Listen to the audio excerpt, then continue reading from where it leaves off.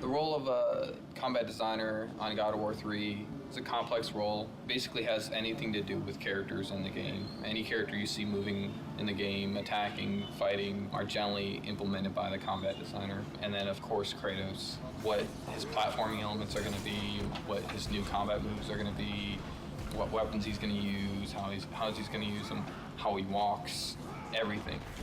I'm here with Jason McDonald, who's a senior combat designer on God of War 3.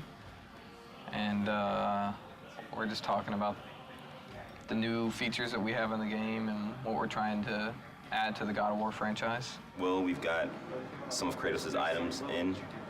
He can grab a head and he can light stuff up. Now that we can play with lighting in God of War 3, we can make the entire room dark, have enemies that are attacking you in the dark, can't be seen. And when you light them up with the head, they light up for a limited amount of time, so you can attack them while you can see them, but then they are constantly disappearing. You get to parts where it's completely pitch dark and you hear the guys scream in the background. You use the Helios head to, find out where they are. The strategy gameplay, the combat side of it turns into, you have to keep these guys lit to be able to hit them, otherwise you get screwed and they just destroy you in the dark. So. Definitely something we couldn't do before, just because we didn't have dynamic lighting to the extent that we have it now, so.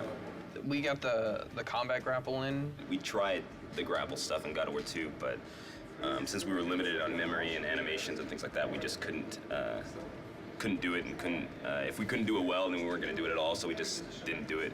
But now we have more space, more memory. Kratos is a very strong character, so when he grapples an enemy, he kind of just charges right in and plows through everybody. So the grapple system is exactly like that. You can launch somebody in the air and you grapple them and you plow yourself right into the air, right into them. If there's a crowd of enemies, you'll plow yourself through all of them. Hey, I'm at Brian Yu's desk here. He's a senior combat designer on God of War 3. For this particular boss, which is a huge scorpion, you want to make sure the presence is there and the player will feel the power of the attack. Usually for attacks for boss character, you want them to be really recognizable so the player knows it's coming, because if the player cannot recognize the move and react in time, they get hit, because it's boss character, you will take a lot of damage. So it's not fun, if you don't see the attack coming, you're being hit. So that's something that we try to work really hard on. I'm here with Jason DeHarris, combat designer on God of War 3. And we're just looking over some of the writable stuff that's early in development. So how do you think it's going? It's all right in terms of Kratos. He still wants to kill this beast that's in his way to his ultimate goal. So it's not really his friend, so he's not really telling it to attack.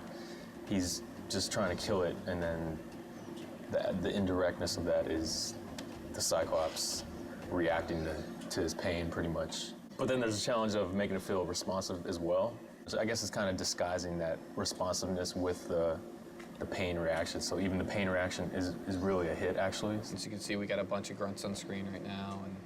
And when you're fighting all these grunts, like taking them on, doing a special move or, grabbing each one and killing them, that can be kind of slow. This will be an awesome tool for, you see the Cyclops in there, and you're just like, I want to get after the Cyclops so I can jump on his back and do tons of damage and kill these guys quicker. But just like any other feature, we have to prove that it's going to be fun and good. And, if it's not, we got to get rid of it, because everything has to be fun.